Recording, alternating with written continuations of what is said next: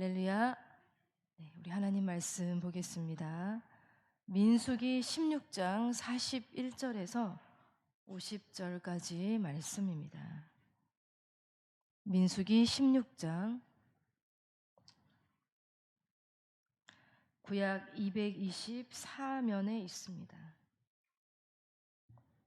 민수기 16장 41절에서 50절까지 말씀 함께 합독하시도록 하겠습니다. 시작. 이튿날 이스라엘 자손의 온 회중이 모세와 아론을 원망하여 이르되 너희가 여호와의 백성을 죽였도다 하고 회중이 모여 모세와 아론을 칠 때에 회막을 바라본즉 구름이 회막을 덮었고 여호와의 영광이 나타났더라. 모세와 아론이 회막 앞에 이르매 여호와께서 모세에게 말씀하여 이르시되 너희는 이 회중에게서 떠나라. 내가 순식간에 그들을 멸하려 하노라 하시매 그 두 사람이 엎드리니라. 이에 모세가 아론에게 이르되 너는 향로를 가져다가 제단에 불을 그것에 담고 그 위에 향을 피워 가지고 급히 회중에게로 가서 그들을 위하여 속죄하라. 여호와께서 진노하셨으므로 연병이 시작되었음이니라. 아론이 모세의 명령을 따라 향로를 가지고 회중에게로 달려간즉 백성 중에 연병이 시작되었는지라. 이에 백성을 위하여 속죄하고 죽은 자와 산 자 사이에 섰을 때에 연병이 그치니라. 고라의 일로 죽은 자 외에 연병에 죽은 자가 14,700명이었더라. 연병이 그침에 아론이 회막문 모세에게로 돌아오니라. 아멘. 할렐루야. 네. 땅이 입을 벌려서 그들을 삼킨 바로 그날 반역의 불씨는 모두 사라진 듯 보였습니다. 하나님은 반역을 끔찍한 형벌로 다스리셨고 하나님이 누구의 편이시고 또 누구를 세우셨고 또 하나님이 세우신 사람에 대한 반역을 어떻게 다루시는지를 똑똑히 백성들에게 보여주셨습니다. 너무나도 분명한, 더 이상 말할 필요도 없는, 의심할 여지가 하나도 없는 하나님의 심판, 그 심판의 이야기가 민수기 16장에 기록이 되어 있습니다. 반역을 주도한 이 고라 그리고 그의 무리들, 그 모든 무리들을 살아있는 채로 땅속에 삼켜져 버리게 하신 하나님, 그리고 그들과 함께 반역에 가담한 이스라엘 총회의 대표자 250명을 여호와로부터 나온 불에 의해 살라버린 이 끔찍하고 잔인한 그 형벌의 사건을 이스라엘 민족은 두 눈으로 똑똑히 보았습니다. 그리고 단 하루가 지났을 뿐이었습니다. 하루가 지나고 백성이 이렇게 말하고 있습니다. 우리 41절 다시 한번 읽어보도록 하겠습니다. 시작.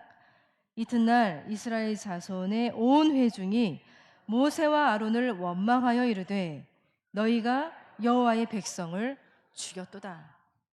네, 하루. 그 끔찍한 일이 있고 나서 하루가 지났을 뿐이었습니다. 하루이면 충분한 것이었을까요? 어제의 죽음을 목격한 그들이 바로 오늘 원망의 언어를 토해내고 있습니다. 그 전날 보았던 하나님의 그 진노를 보고 두려움을 느끼면서 침묵했던 백성들이었습니다. 그러나 그들의 두려움은 회개로 이어지지 않았습니다. 그들은 고라와 그 무리의 죽음을 하나님의 심판으로 보지 않고 이렇게 말하고 있습니다. 너희가 모세, 아론 너희가 여호와의 백성을 죽였다. 이 말은 결국 여호와께서 여호와의 백성을 죽이셨다라는 말과 다르지 않죠.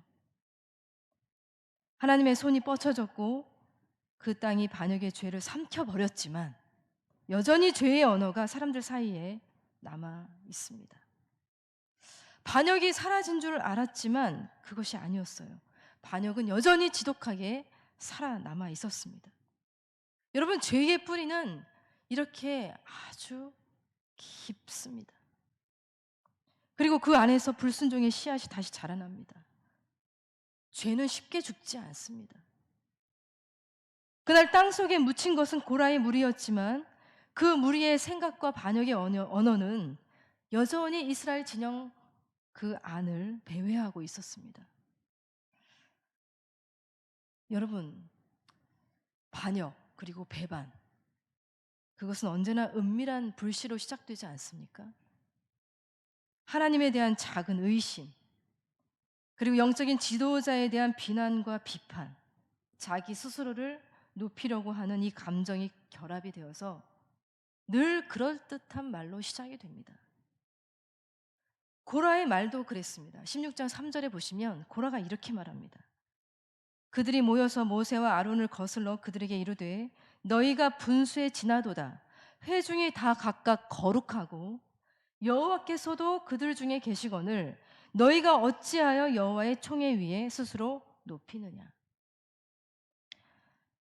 여러분, 고라의 이 말은 다단, 아비람, 온, 그리고 250여 명의 총회 대표들이 한 마음이 될 수 있을 만큼 그만큼 설득력이 있어 보였고 굉장히 공의로운 외침처럼 보였습니다. 그러나 그 속에는 하나님이 세우신 질서에 대한 반항이 숨어 있었습니다. 고라의 일에서 시작된 이 반역은 순식간에 백성의 정서가 되고 여론이 되고 대세가 되어버렸습니다. 30배, 60배, 100배로 증폭이 되었어요. 여러분, 대세가 항상 옳은 게 아닙니다. 다수가 항상 정의롭지 않습니다. 죄는 그렇게 매우 논리적이고 감정적인 언어로 합리화되면서 살금살금 공동체 전체를 집어삼킵니다. 그리고 스스로를 여호와의 백성이라고 거룩하게 부르던 이 회중은 42절의 말씀에 보시면 회중이 모여 모세와 아론을 칠 때에, 그러니까 모세와 아론을 치려고 폭력적으로 접근을 하고 있습니다. 그리고 바로 그때 하나님은 구름으로 회막을 덮으시고 당신의 영광을 나타내십니다. 여호와께서 모세와 아론에게 이렇게 말씀하시죠. 우리 45절의 말씀 같이 한번 읽어볼까요? 시작. 너희는 이 회중에게서 떠나라. 내가 순식간에 그들을 멸하러 하노라 하시매 그 두 사람이 엎드리니라. 아멘. 하나님은 더 이상 백성을 참으시겠다고 하지 않으십니다. 그 백성들의 중심도 고라와 다르지 않음을 하나님은 보신 것이죠. 입으로는 하나님을 섬긴다, 그리고 이렇게 말을 하고 있지만 자기들 스스로를 높이고 있고 이미 마음은 반역으로 부패해져 있습니다. 하나님을 거절하는 이 백성을 하나님은 진멸하려고 하십니다. 그런데 바로 이때에 모세와 아론이 뭘 하고 있습니까? 모세와 아론은 엎드립니다. 두 사람이 엎드리니라. 여러분, 우리는 위기의 순간에 어떻게 합니까? 어떻게 반응하나요? 다수의 폭력 앞에서, 억울한 비난 앞에서 모세와 아론은 이렇게 늘 엎드렸습니다. 공의의 칼날이 내려지기 전에 그 칼날 아래 먼저 자신의 몸을 낮추고 엎드리는 사람, 바로 여기서 우리는 하나님을 경외하고 사랑하는 사람들이 마땅히 보여야 할 태도를 발견하게 됩니다. 엎드리는 것, 바로 그것이 믿음의 사람이 보여줘야 할 첫 번째 행동입니다. 고난이 닥칠 때, 억울한 일을 당할 때 여러분 먼저 엎드리시길 바랍니다. 엎드림은 하늘에 계신 하나님께 우리가 속해 있음을 보여주는 행동입니다. 하나님께 속해 있다면 그 다음은 누가 해결해 주시나요? 누가요? 하나님이 해결해 주시는 거예요. 모세는 위기를 자신의 힘으로 돌파하지는 않았습니다. 자신을 변호하지도 않았어요. 그의 노력은 아주 단순했습니다. 하나님이 무엇을 하실지 엎드리며 기다리는 것. 하나님이 변호하시고 하나님이 일하시도록 모든 판결을 맡겨놓고 기다리는 이 모습을 보여주고 있습니다. 고라의 반역이 처음 시작되었을 때에도 모세는 듣고 엎드렸습니다. 늘 엎드렸습니다. 혹시 우리 가운데 실현을 당하고 계시는 분이 계시다면 하나님이 여러분을 위해 일하시도록 꼭 엎드리시길 바랍니다. 기도의 자리를 마련하시고 그 엎드림 속에서 여러분들이 분명하게 발견하게 되는 사실은 하나님이 어떻게 움직이시는지, 또 하나님이 우리에게 어떻게 살 길을 보여주시는지를 발견하게 될 것입니다. 여기 모세를 한번 보시길 바랍니다. 모세는 엎드림 속에서 아론에게 급히 이렇게 말합니다. 우리 46절의 말씀을 함께 읽어보겠습니다. 시작. 이에 모세가 아론에게 이르되 너는 향로를 가져다가 제단의 불을 그것에 담고 그 위에 향을 피워 가지고 급히 회중에게로 가서 그들을 위하여 속죄하라. 여호와께서 진노하셨으므로 연병이 시작되었음이니라. 네, 아멘. 여러분, 하나님은 이미 움직이고 계셨습니다. 하나님은 신앙 공동체의 질서를 깨트리는 자들을 절대 용서하지 않으십니다. 하나님의 진노는 빠르고 정확하게 회중을 휩쓸고 있었습니다. 전염병이 시작된 거예요. 그러나 모세는 그 엎드림 속에서 길을 찾고 아론에게 명령한 거예요. 향로를 가져다가 제단의 불을 그것에 담고 급히 회중에게로 가서 그들을 위하여 속죄하라. 아론은 이 모세의 명령을 받자마자 제사장의 옷을 입은 채로 향로 하나를 들고 뛰어갑니다. 재앙이 퍼지는 그 한가운데로 뛰어들어갔습니다. 한 사람 한 사람의 생명을 위해서, 온 공동체의 죽음을 막기 위해서 죽음과 생명을 가르는 그 무리들 사이로 뛰쳐갑니다. 저는 바로 그 순간에 아론이 어떤 생각이었을까 궁금했습니다. 사실 그들은 자신들을 돌로 치려고 했던 군중들 아니었습니까? 그러나 그러한 계산이 아론에게 중요하진 않았어요. 그는 뒤를 돌아보지 않았고 모세의 명령을 받은 그대로 뛰쳐갔습니다. 쓰러져가는 사람들 사이로 울부짖는 사람들을 그 틈으로 파고 들어갔습니다. 하나님의 심판을 받아서 재앙으로 신음하며 죽어가는 그 시체가 있는 현장 속으로 들어가는 것이 바로 이 순간에 대제사장 아론이 감당해야 할 사명이었기 때문이었습니다. 그는 하나님의 부르심에 순종했어요. 그리고 우리 47절, 48절의 말씀이에요. 우리 한번 같이 읽어보겠습니다. 시작. 아론이 모세의 명령을 따라 향로를 가지고 회중에게로 달려간즉 백성 중에 연병이 시작되었는지라. 이에 백성을 위하여 속죄하고 죽은 자와 산 자 사이에 섰을 때에 연병이 그치니라. 아멘. 아론이 향을 피우며 하나님께 속죄의 기도를 드렸습니다. 그리고 그 기도를 올려드리는 바로 그 순간에 바로 죽음과 생명 사이에서 자신을 내어놓고 기도했을 때 어떻게 됐습니까? 연병은 그쳤습니다.